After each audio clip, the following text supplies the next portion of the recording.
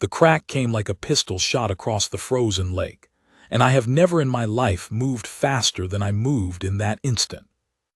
I was walking the eastern boundary of my own land, Oakenshaw, on a gray January afternoon with nothing on my mind but a fence post that wanted mending and a tenant's roof that wanted thatching, when the sound reached me, sharp, splitting, wrong.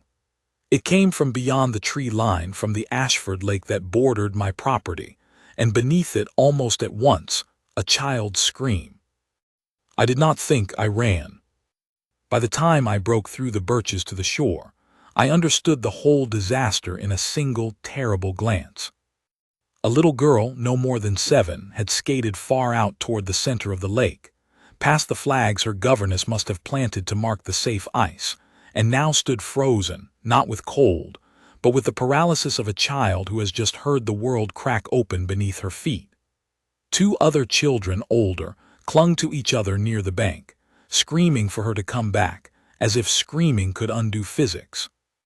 And already skating toward the girl, fast and low and utterly without hesitation, was a young woman in a gray wool cloak, her skirts hiked with one hand, her skates cutting hard strokes across the ice as though she had done this 1,000 times and feared nothing on earth.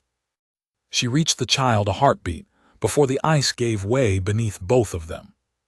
I have turned that moment over 10,000 times since, and I still cannot say what struck me first: the sight of the water closing over the child's small shoulders, or the sight of the governess throwing her own body forward without a flicker of hesitation, catching the girl under the arms and shoving her bodily toward the thicker ice, toward safety, even as the black water swallowed her own legs, her own waist, dragging her down.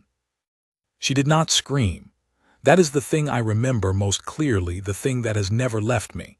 She did not scream for herself. She screamed one word: hold. To the child now scrambling, sobbing, safe on the unbroken ice, and then the water took her under to the shoulders and she began, quite calmly, quite deliberately, to drown. I was already running across the ice by then, and I confess I gave no thought whatsoever to whether it would hold me. A man does not calculate when a woman is dying in front of him. I went down on my chest the last 10 yards, the way I'd been taught as a boy to distribute weight on thin ice, sliding rather than running, and I heard the surface groan beneath me in protest, and I did not care. I reached the broken edge as she was going under a second time, her wet hair plastered black across her face, her lips already blue, one gloved hand still flung out toward the child she'd saved, as though her final thought, even in that moment, was to be certain the girl was safe. I caught her wrist. The ice cracked beneath me too, then, a long ragged seam opening under my own weight, and for one suspended, breathless second I thought we would both go down together into that black water, and none of it would have mattered, the running, the reaching, any of it. But I have broad shoulders and long arms, and I had wedged my boots against a shelf of thicker ice behind me, and I hauled her up out of that lake with a strength I did not know I possessed, dragging her across the cracking surface toward the bank inch by inch, my own chest and legs soaked through, the cold like knives, until we were both on solid ground and she was coughing lake water onto the frozen grass, and shaking so violently her teeth clattered like dice in a cup. "The child," she gasped, the very first words out of her mouth before she had even caught her breath. "Is she safe?" I said. "Safe on the bank. You put her there yourself before you went under." Only then did she close her eyes, and something in her face loosened, not collapse, not surrender, but the particular relief of a person who has done her duty and can now, finally, permit herself to feel the cold. I did not know her name yet. I knew only that I had just watched a young woman go into freezing water without an instant's hesitation to save a child not her own by blood, and that I would carry the sight of it, her strokes across the ice, her calm command to the girl to hold, her hand still reaching even as she drowned, for the rest of my days. That is how I met Miss Eleanor Vance, governess to the Ashford children, in the winter of my 38th year. That is how I came to marry her. And though the tale is often told in the neighborhood now as a simple matter of rescue and gratitude, I set it down here in my own hand because I want the truth of it recorded, not the neat version, but the whole of it, brooding edges and all, exactly as it happened. I am called, in certain circles, the Fern Duke, on account of the great glass house of ferns my grandfather built at Oakenshaw, and which I have kept, rather obsessively, as my one indulgence in an otherwise disciplined life. I am not, by nature, an impulsive man. I am reserved to the point of coldness, correct to the point of dullness, and I had by that January reached an age and a temperament where I assumed my heart, whatever passions it might once have held, had settled into the same quiet, ordered rows as my ferns. I managed my estate. I attended to my tenants. I dined, on Sundays, with the Ashfords next door, old family friends, and admired their children from a comfortable, avuncular distance, and told myself I wanted nothing more from life than what I already possessed. I did not know, until I saw Eleanor Vance skate out onto cracking ice without a moment's pause, that a man can go decades believing himself settled and be proven, in the space of one afternoon, entirely wrong. We could not simply stand on the bank shivering. That much was obvious even through the fog of cold and shock. The Ashford gatehouse stood not 200 yards off, a squat stone building where old Tuller the gatekeeper kept a fire going through the winter months for the benefit of anyone braving the lane.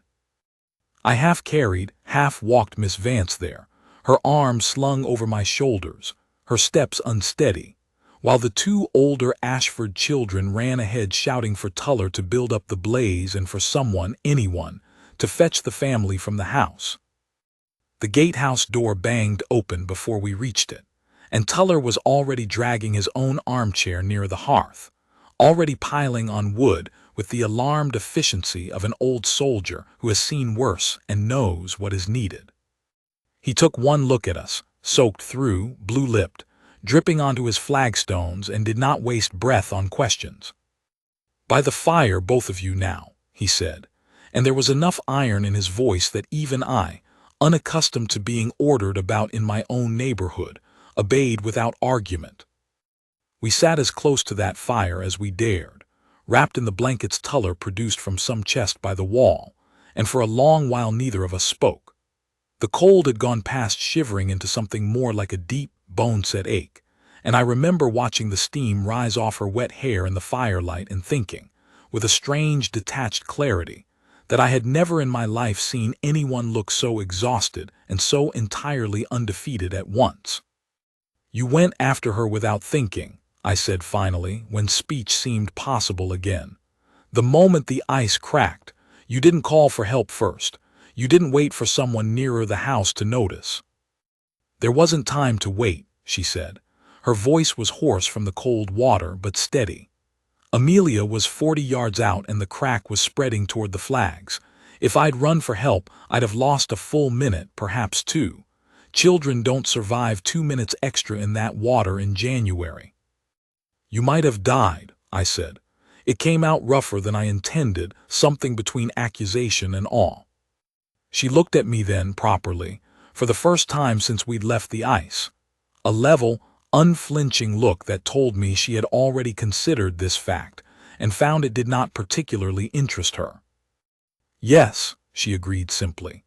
"I might have, but she is 7 years old and she trusts me to keep her safe, and I could not have lived with myself for whatever time I had left if I had stood on that bank and watched her go under while I waited for a footman." I had, by that point in my life, been complimented by duchesses and flattered by ambitious mothers with marriageable daughters, and none of it had ever moved me half so much as that flat, unremarkable statement of duty from a governess with blue lips and lake water still dripping from the hem of her cloak. "What is your name?" I asked, though I suppose by rights I should have introduced myself first. "Eleanor Vance," she said, "governess to the Ashford children 4 years now." "Ashworth," I said, "Julian Ashworth, Duke of Oakenshaw, though I'd ask you not to hold that against me. I was merely walking my own fence line when I heard the ice go." Something flickered at the corner of her mouth, not quite a smile, given the circumstances, but the ghost of one. I shan't hold it against you, your grace, provided you don't hold it against me that I very nearly ruined your afternoon by making you soak yourself in a frozen lake. It was the most useful thing I've done in a decade, I said, and meant it entirely. We might have gone on in that vein, testing the strange new ground of near-death acquaintance, but the door banged open again, and the Ashford household descended upon us in a wave of blankets, brandy, tears, and recrimination. Lord Ashford white as chalk, Lady Ashford weeping over her youngest daughter's dripping hair, the whole affair dissolving into the chaos that follows every disaster once the disaster itself is safely past. I remember Amelia, the little girl who had caused all the trouble, breaking free of her mother's arms to fling herself instead at Miss Vance's knees, sobbing an apology, and I remember the governess still shaking, still blue about the lips, gathering the child into her lap without a second's hesitation, and murmuring something too low for me to hear, something that made the girl's sobs ease into hiccups and then, eventually, into quiet. I stood back from the crowd of relief and gratitude that swirled around us both, and I watched Eleanor Vance comfort the child she had nearly died to save, and I understood, with the peculiar clarity that sometimes accompanies cold and shock and the nearness of death, that I had just met the most remarkable woman of my acquaintance, and that I did not yet have the faintest idea what to do about it. Lord Ashford insisted on sending me home in his own carriage, wrapped in dry blankets, with a footman dispatched ahead to warn my staff to have hot water and brandy waiting. I did not argue. I was by then cold to the marrow and beginning to feel the peculiar hollowed exhaustion that follows a brush with death, and I confess that, for the length of that short carriage ride, I thought of very little beyond the ache in my limbs. But that night, warmed and dried and settled before my own fire with a glass of brandy I barely touched, I found I could think of nothing else at all. I saw it again and again behind my eyes, the strokes of her skates across the ice, fast and sure and utterly without fear, the flat certainty in her voice when she said she could not have lived with herself otherwise, the way she had gathered the weeping child into her lap not 10 minutes after nearly drowning, as though her own ordeal mattered less than the child's comfort. I have known brave men in my life. I fought, briefly and without much distinction, in my youth, before my father's death called me home to the dukedom, and I have seen men behave with courage under far less immediate provocation than a cracking lake. But I had never seen courage married so completely to tenderness, nor tenderness so entirely unclouded by any thought of its own cost. I told myself, that first night, that my preoccupation was merely the natural aftermath of shared danger, that any man who had nearly drowned alongside a stranger would find himself thinking of her for a few days afterward, and that the thoughts would fade as the memory of the cold water faded, and that by spring I would recall the whole business as an unusual anecdote to tell at dinner, and nothing more. I was wrong about that, as I was wrong about a great many things that winter. The days following the incident brought a flurry of correspondence between Oakenshaw and the Ashford household, notes of gratitude from Lord Ashford, each more effusive than the last, an invitation to dine that I accepted with what I told myself was ordinary neighborly courtesy, and a great deal of talk in the village about the Duke who had broken the ice to save the governess and the little Ashford girl. I found the talk uncomfortable. I have never sought notice, and the notion that I was being cast as some storybook hero sat ill with me, particularly because I knew the truth, that Eleanor Vance had done the harder, braver thing first, and gone in without a single instant's hesitation, and that I had merely done what any man with legs long enough and shoulders broad enough would have done once the alternative was watching her drown. But I accepted the dinner invitation, and I found, dressing for it that evening with more care than I generally gave to a neighborhood engagement, that I was thinking of pretexts. That is the word for it, and I set it down honestly because I promised myself I would not soften this account. I did not simply attend dinner at the Ashfords out of gratitude discharged or courtesy repaid. I attended because I wished to see her again, and having attended once, I found myself contriving reasons to attend again, and again, through the whole remainder of that gray January and into a February that seemed, that year, unusually slow to yield to spring. I told Lord Ashford I wished to discuss the boundary fencing between our properties, which was true enough, though it did not require 4 separate visits to resolve. I told Lady Ashford I had a mind to have my old friend's advice on a matter of tenant cottages, which was a thinner excuse, and did not survive much scrutiny, since Ashford's tenant cottages were in considerably worse repair than my own, and he was in no position to advise anyone. I brought a hamper of hothouse fruit from my glass houses as a gift for the children, ostensibly, though I could not have said with a straight face that the strawberries were truly intended for a 7-year-old, and her siblings rather than for the young woman who taught them their letters. Each visit I found some pretext to speak with Miss Vance directly, a question about the children's progress, an inquiry after her health following the chills she'd taken, an offer, eventually, to have my own physician call on her when Lady Ashford mentioned she'd developed a lingering cough. Each time she answered me with the same level composure I had first seen on the ice and then again by the gatehouse fire. Not cold, never cold, but measured, self-possessed, a woman entirely aware of her position in that household and unwilling to presume upon a duke's evident interest, however much that interest might have shown in my face. I noticed on my 3rd visit that she watched me with a certain wary care, and I understood why. A governess has little enough security in the world, and less still if a wealthy neighbor's attentions become the subject of servants' gossip and a family's disapproval. I resolved, watching her guard herself so carefully against exactly the presumption I was making, that I would be more careful, that whatever I felt, I would not make her position more precarious by wearing my interest too plainly on my sleeve, nor by paying her the kind of hollow, thoughtless gallantry that a lesser man might offer a pretty governess with no thought for what it cost her reputation. That resolution lasted, I am somewhat ashamed to admit, almost a full fortnight. It broke, as these things often do, over something small.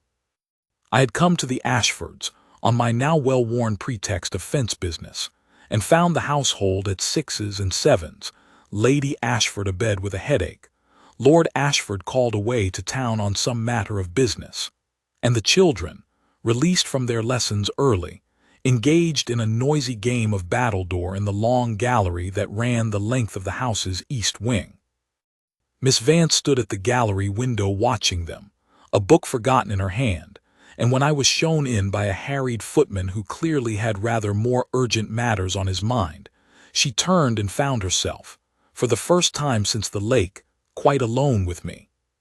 "Your Grace," she said, with the small, correct curtsy she always gave me, though I had asked her twice already to dispense with the formality when we were not before company. "I'm afraid Lord Ashford was called away this morning. I don't know when he expects to return." "I didn't come for Ashford," I said, and then, hearing how that sounded, added hastily, "That is, I came about the fencing, of course, but I find I'm in no great hurry about it. Would you walk with me in the gallery a moment? The children seem occupied." She hesitated. I watched her weigh it, the impropriety of a governess walking alone with a duke, however innocent the gallery and however visible the children playing at the far end of it, against whatever it was in her own heart that made her, after a moment, incline her head and fall into step beside me. We walked the length of that gallery twice before either of us spoke of anything beyond the weather and the children's health, and I found myself acutely, almost painfully aware of her nearness. The faint scent of lavender water about her, the composed set of her shoulders, the quick intelligence in her eyes when she glanced sideways to gauge my mood. I had courted, in a distant and half-hearted way, several eligible young women in the years since my father's death, women whose families had angled for the match with an eagerness that made the whole business feel like a transaction concluded before it began. I had never, in all those years, felt anything remotely like the quiet, unsettling alertness that walking beside Eleanor Vance produced in me. "May I ask you something," I said finally, "that perhaps I have no right to ask?" "You may ask, Your Grace. I cannot promise to answer."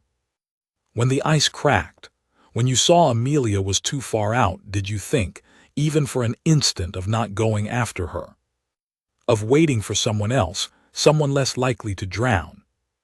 She stopped walking and turned to face me fully, and there was something almost fierce in her expression, though her voice remained low and even. "No," she said, "not for an instant. She is my charge. I have loved that child since she was 3 years old, and I first came into this house not knowing a soul in the county, frightened half to death of failing in my post. She trusted me on that ice the way she trusts me with everything, and if I had hesitated even to calculate my own safety, I think some part of me would have known, forever after, that I had weighed her life against my own comfort and found her wanting. I could not do that. I would rather have drowned." "You very nearly did," I said quietly. "Yes," she held my gaze unflinching. "And you very nearly did also, Your Grace, coming after both of us on ice that should not have held a grown man's weight. I have wondered since whether you weighed anything at all before you ran, or whether you simply ran." "I simply ran," I admitted. "I did not think of the ice. I did not think of Oakenshaw, or my responsibilities, or what my steward would say if his employer drowned rescuing a governess he had met only that afternoon. I thought only that you were going under, and that I could reach you if I moved quickly enough. Something passed between us then. I will not pretend to know precisely what to call it, save that it was the recognition of like meeting like, of two people who had each, in their own way, discovered on that frozen lake exactly what they were made of, and found the discovery to be, at bottom, the same discovery. That is a dangerous quality in a duke," she said softly, "to act before thinking." "It is a dangerous quality in a governess also," I said. "And yet I find I cannot regret it in either of us."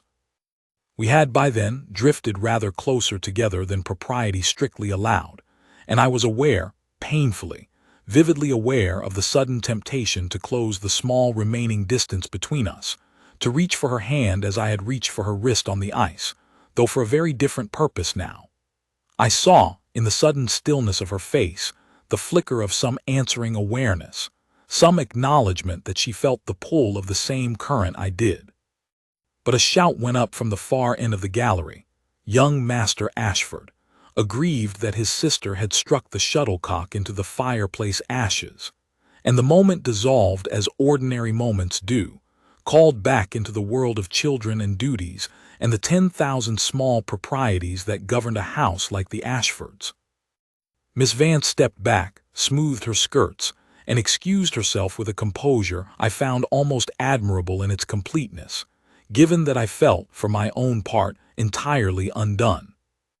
I rode home that afternoon in a state I had not experienced since I was a very young man, restless, distracted, unable to settle to any of the ordinary business of the estate, my mind returning again and again to the fierceness in her face when she spoke of Amelia, to the quiet admission that she would rather have drowned than fail the child, to the dangerous, thrilling recognition that had passed between us in that gallery. I understood, riding home through the bare February hedgerows, that I was no longer merely grateful to Eleanor Vance, nor merely admiring of her courage. I was in love with her, entirely and past any hope of talking myself out of it, and I had not the faintest notion what, if anything, could honorably be done about a duke's love for his neighbor's governess. It was during those uncertain weeks that I first encountered Mr. Silas Crane, a prosperous young mill owner from the next county who had, I learned, been calling upon the Ashford household with rather more frequency than mere neighborliness required, and who had, in his own quiet way, formed an interest in Miss Vance that predated my own by some months. I met him first at a small dinner Lord Ashford held in early March. a gathering I had accepted with my usual threadbare pretext of fence business, and I confess I disliked him within the first quarter hour, though I was honest enough with myself to wonder whether my dislike sprang from any real fault in the man, or simply from the plain, ungenerous fact of jealousy. Crane was not a villain. I want that understood, because I have heard the story told since in versions where some rival suitor is painted as scheming or cruel, and that was never the truth of it. He was, by every account I could gather, a decent and hard-working man who had built his fortune through his own industry rather than inheriting it, and he made no secret of his admiration for Miss Vance's composure and good sense. He spoke to her that evening of investments and mill machinery and the price of cotton, subjects in which she showed a polite, unfeigned interest that unsettled me a great deal more than I cared to admit, and I watched, from across Lord Ashford's dinner table, the easy, comfortable manner in which they conversed, and felt something cold and unfamiliar twist beneath my ribs. "You seem out of sorts this evening, Ashworth," Lord Ashford observed, when the ladies had withdrawn and the port had gone round the table. "Not still feeling the effects of your dip in my lake, I hope." "Not the lake," I said, and then, because Ashford had known me since we were boys together and I had never been able to dissemble particularly well in his company, I added, "Tell me honestly, is there an understanding between Miss Vance and young Crane?"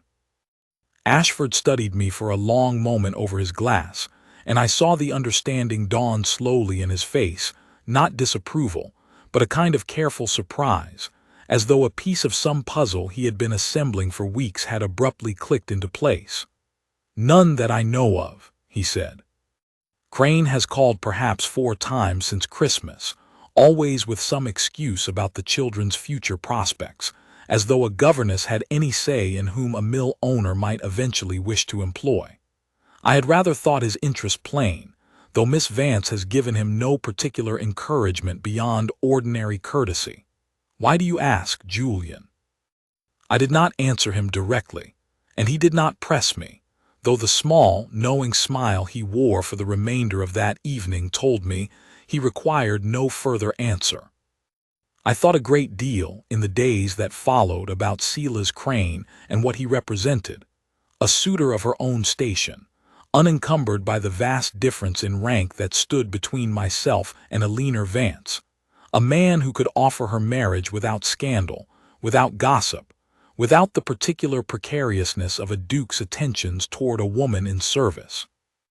I wondered, turning it over through several sleepless nights, whether the honorable course was not to withdraw entirely and leave the field to a man who could court her plainly, in the ordinary way, without the shadow of impropriety that necessarily attended anything I might offer. It was Alina herself in the end, who settled the matter, quite without meaning to. I had called at the Ashford house on some pretext I no longer recall, and found her in the small schoolroom correcting the children's copybooks, and in the course of ordinary conversation I asked, as carelessly as I could manage, whether Mr. Crane's visits were welcome to her. She set down her pen and regarded me with an expression I had not seen before, somewhere between amusement and exasperation. "Mr. Crane is a perfectly amiable man," she said, "who talks to me almost exclusively of cotton prices and never once asks what I think of anything beyond them. I find him pleasant enough company for half an hour at a time, Your Grace, and I have not the smallest wish to spend the rest of my life listening to him discuss mill machinery over the breakfast table." "And what would you wish to discuss over such a breakfast table?" I asked, before I had quite decided whether the question was wise. "That," she said, with the ghost of that same guarded smile I had come to watch for, "rather depends on the company, I think."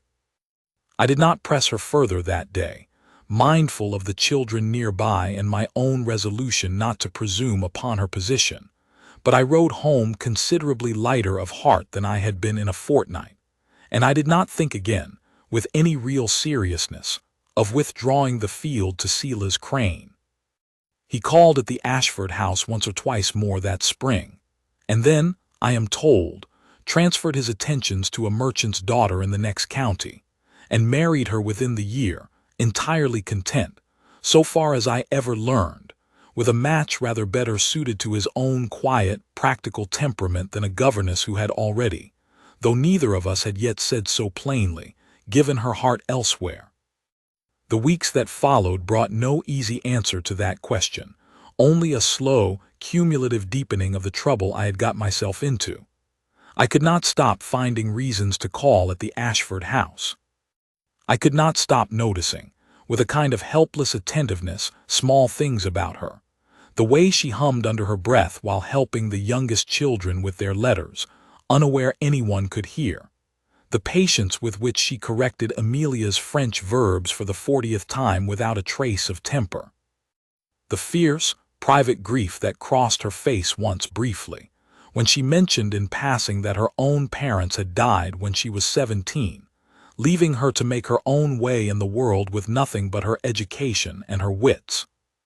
I learned in those weeks that she had been governess in 2 households before the Ashfords, that she had left the first over a matter of an employer's unwanted attentions. She would not elaborate on beyond a tightening of her mouth that told me everything I needed to know, and that she had come to the Ashfords at 19 with excellent references, and a fierce private determination never again to be at the mercy of a man's whims regarding her position.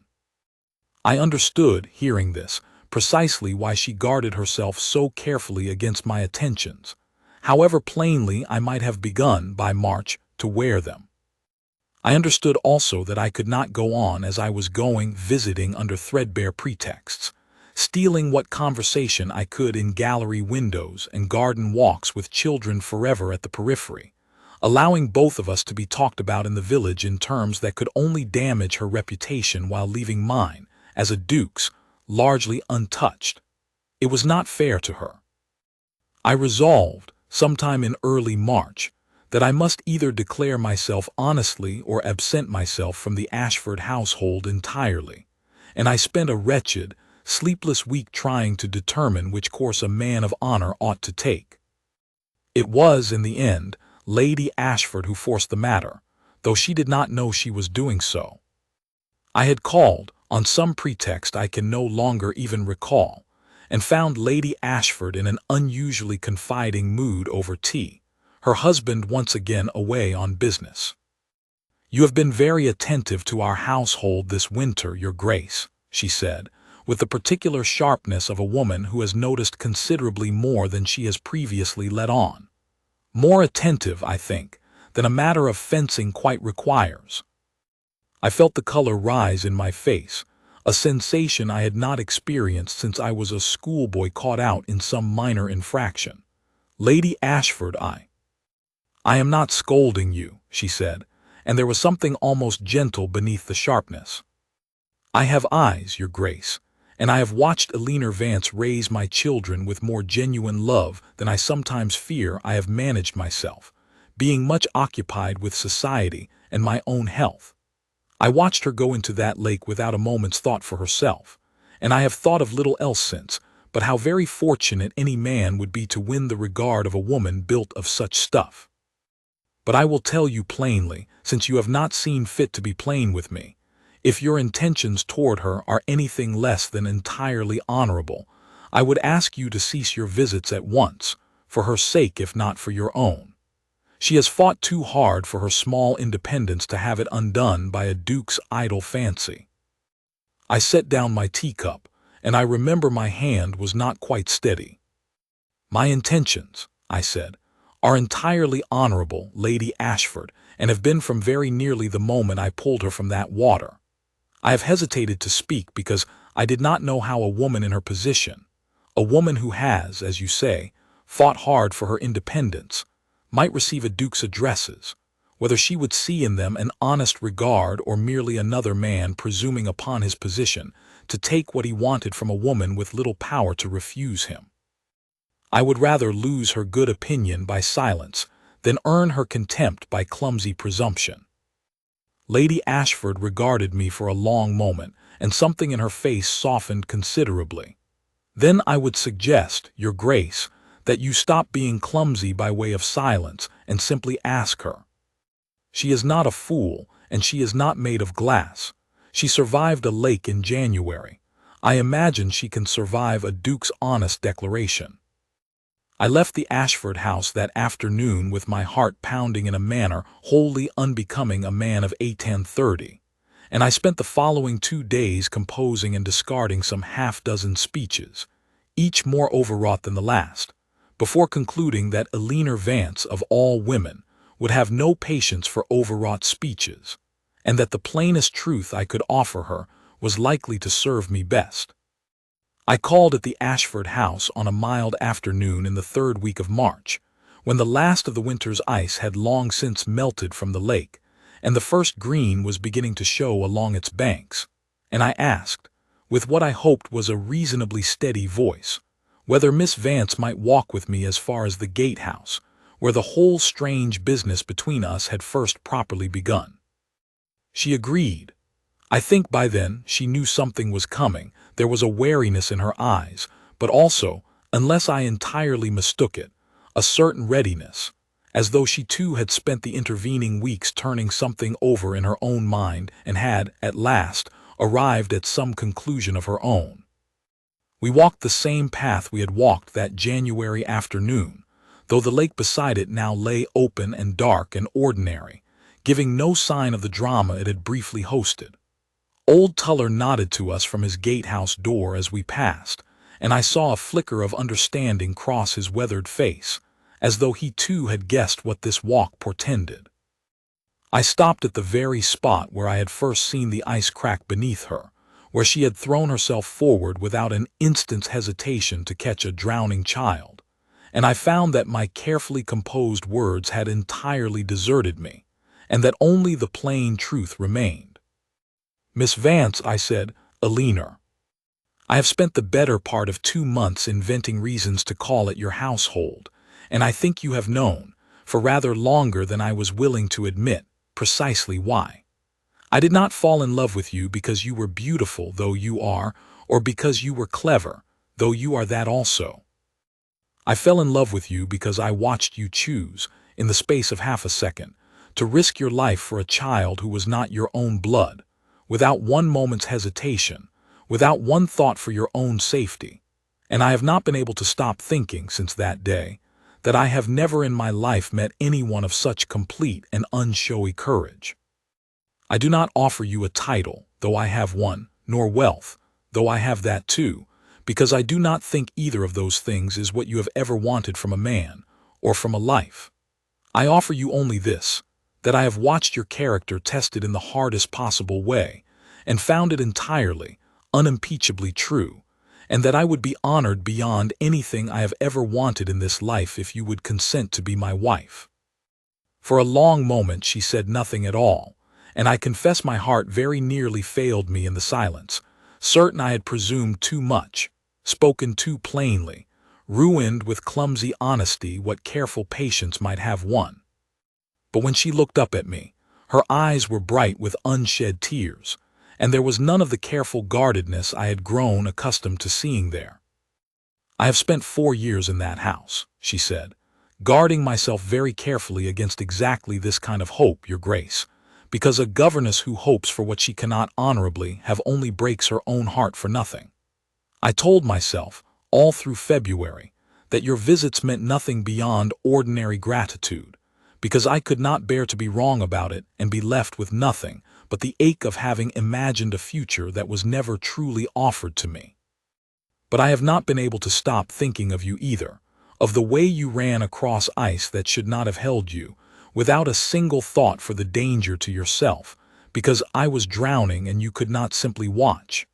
I think, perhaps, we are rather alike in that particular foolishness."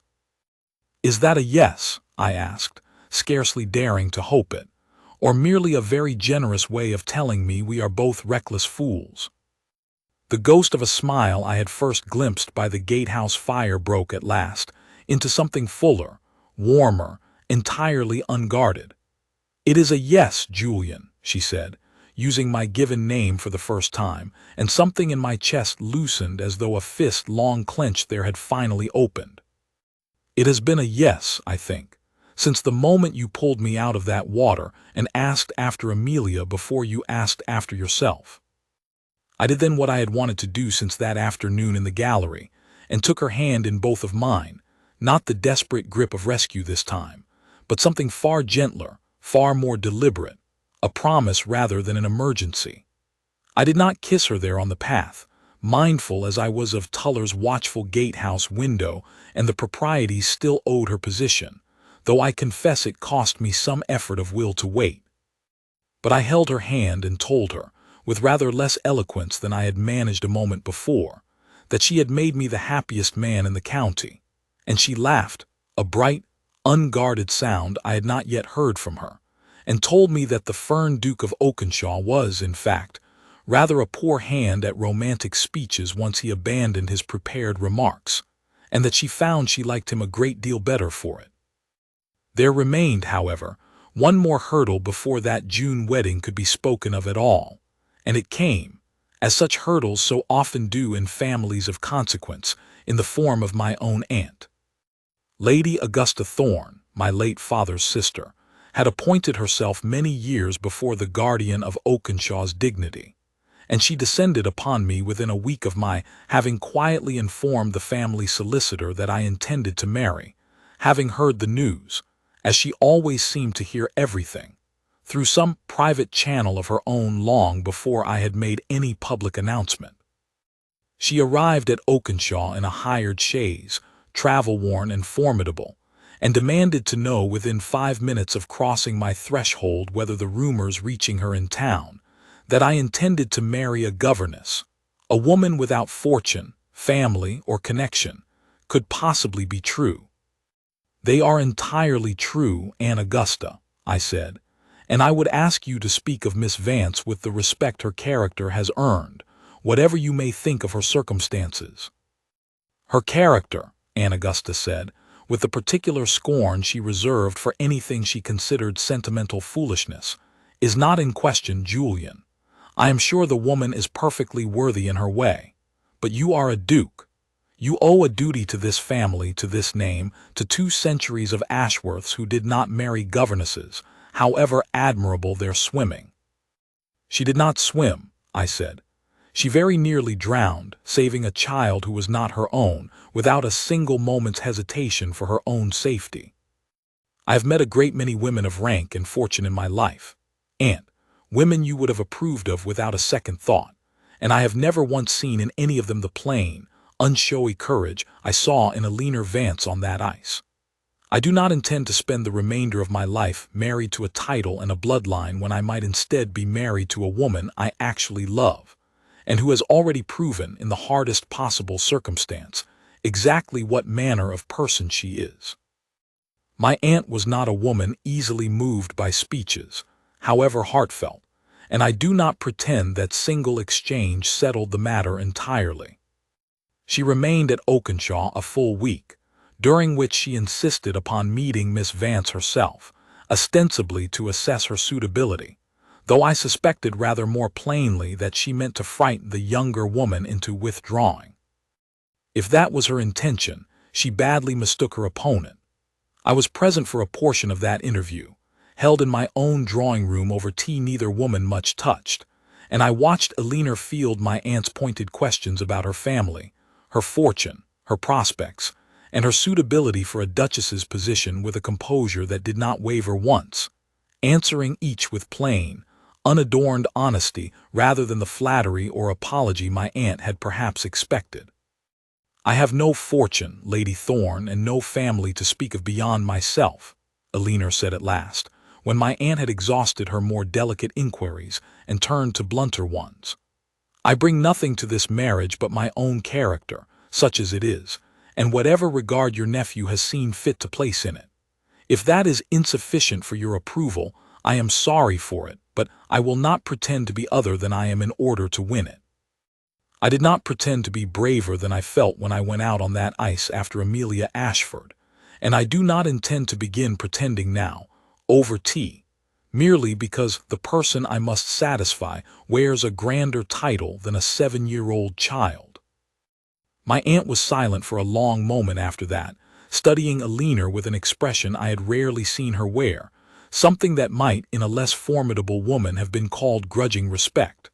"Well," she said at last, setting down her cup with a decisive click, "at least you have backbone, girl.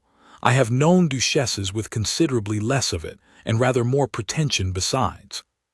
"I withdraw my objection, Julian, though I reserve the right to have been the last person in this family to approve the match, purely as a point of honor."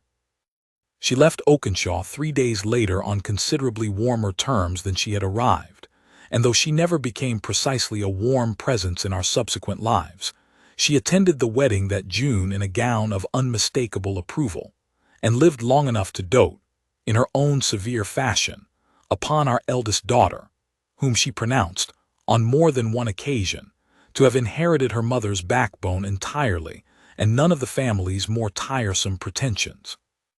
I mention the whole episode here only because I think it worth recording that not every obstacle Alina and I faced that year came from cracking ice or uncertain hearts.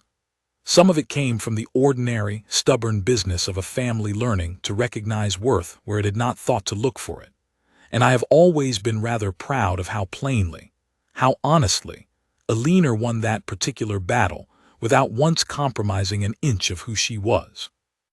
The wedding, when it came that June, was neither so grand as the county gossips expected of a duke, nor so quiet as Alina's modest circumstances might once have predicted, but something calibrated carefully between the two at her particular request. She would not, she told me firmly, be married as though she were ashamed of having been a governess, nor as though her 4 years of devoted service to the Ashford children were some embarrassing chapter to be glossed over in the retelling. She wished the wedding conducted in the small stone church nearest Oakenshaw, with the Ashford children, all 3 of them, Amelia included, now fully recovered from her fright and inclined to tell the story of her rescue to anyone who would listen, with increasingly dramatic embellishments each time, permitted to stand at the front as her particular guests of honor, since without Amelia's small, reckless dash across too thin ice, none of the rest of it would ever have happened at all. I stood at that altar in the June sunlight, watching Alina Vance walk toward me in a gown the color of new cream, her chin lifted with exactly the same quiet, unshakable dignity I had first seen in her, the moment she went skating out across cracking ice without a flicker of hesitation. And I thought, as I have thought many times since, that I had spent 38 years believing myself a settled man, content with ferns and fence lines and the ordinary rhythms of a duke's contained life, and that it had taken one cracking sheet of January ice to show me how very much I had been missing, and how very nearly I might have gone the whole rest of my life without ever finding it. We did not, in the years that followed, forget the debt we owed that frozen afternoon. Alina kept, framed in her sitting room at Oakenshaw, a small sketch old Tuller had made from memory of the 2 of us huddled by his gatehouse fire, soaked and shivering and entirely unaware, in that moment, of everything that lay ahead of us. She would look at it sometimes, in quiet moments, and tell our own children, for we were blessed, in time, with 3 of our own, each one drilled from infancy in the rudiments of ice safety by a mother who took the matter rather more seriously than most, that the worst afternoon of her life had also been the beginning of the best, and that a person's true character was never so plainly visible as in the half-second before they had time to think about what fear ought to make them do. As for Amelia Ashford, she grew into a young woman of considerable good sense, married respectably some years later, and never once, in all the retellings of her own rescue over the years, failed to credit her governess with a courage she said she hoped, all her life, to deserve. She stood godmother in time to our eldest daughter, and I confess there was a particular satisfaction in watching the child whose peril had first brought Alina and me together stand now as guardian to a child of our own making. I am an old man now, writing this account by the fire in the same glass house of ferns that gave me my somewhat undignified epithet, and Alina my duchess these many years, though she has never once in all that time lost the particular quiet steadiness that first drew my eye across a cracking lake, sits nearby with our grandchildren gathered close, telling them, for what must be the 100th time, the story of the ice and the governess and the duke who broke through right behind her. I let her tell it her way, though I notice she always leaves out the part where she nearly died for it, and dwells instead on the part where I asked after the child before I asked after myself, as though that were the more remarkable fact of the two. Perhaps, to her, it was. I have never fully understood why she found so ordinary an instinct so worthy of 40 years retelling, except that perhaps she recognized in it, that day by the gatehouse fire, a man who valued exactly what she valued: duty before safety, others before self, and love proven not in pretty words but in the plain, unhesitating fact of who runs toward the danger and who stands back from it. I ran toward it. She had already gone in, and I have spent every year since being grateful beyond measure that the ice, for all its treachery that January afternoon, held just long enough to let us both come out of that water alive, and walk together, quite improbably, into the rest of our lives. There is one further thing I have never told anyone outside this account, and I set it down now only because I promised myself, beginning this record, that I would omit nothing that mattered. In the autumn following our wedding, I had the old gatehouse rebuilt, not grandly, for a leaner would not have permitted grandeur in a place she held so dear for its plainness, but soundly, with a proper hearth and thick stone walls that would keep out the worst of any winter. I did it quietly, without telling her, and led her there one October afternoon under the pretext of inspecting the new boundary fence we had by then long since finished discussing in earnest. She stood in the doorway of that rebuilt gatehouse, taking in the new hearth, the new roof, the small brass plate I had asked the smith to set beside the door, engraved simply with the date of the ice and nothing more, and she did not say anything for a long moment.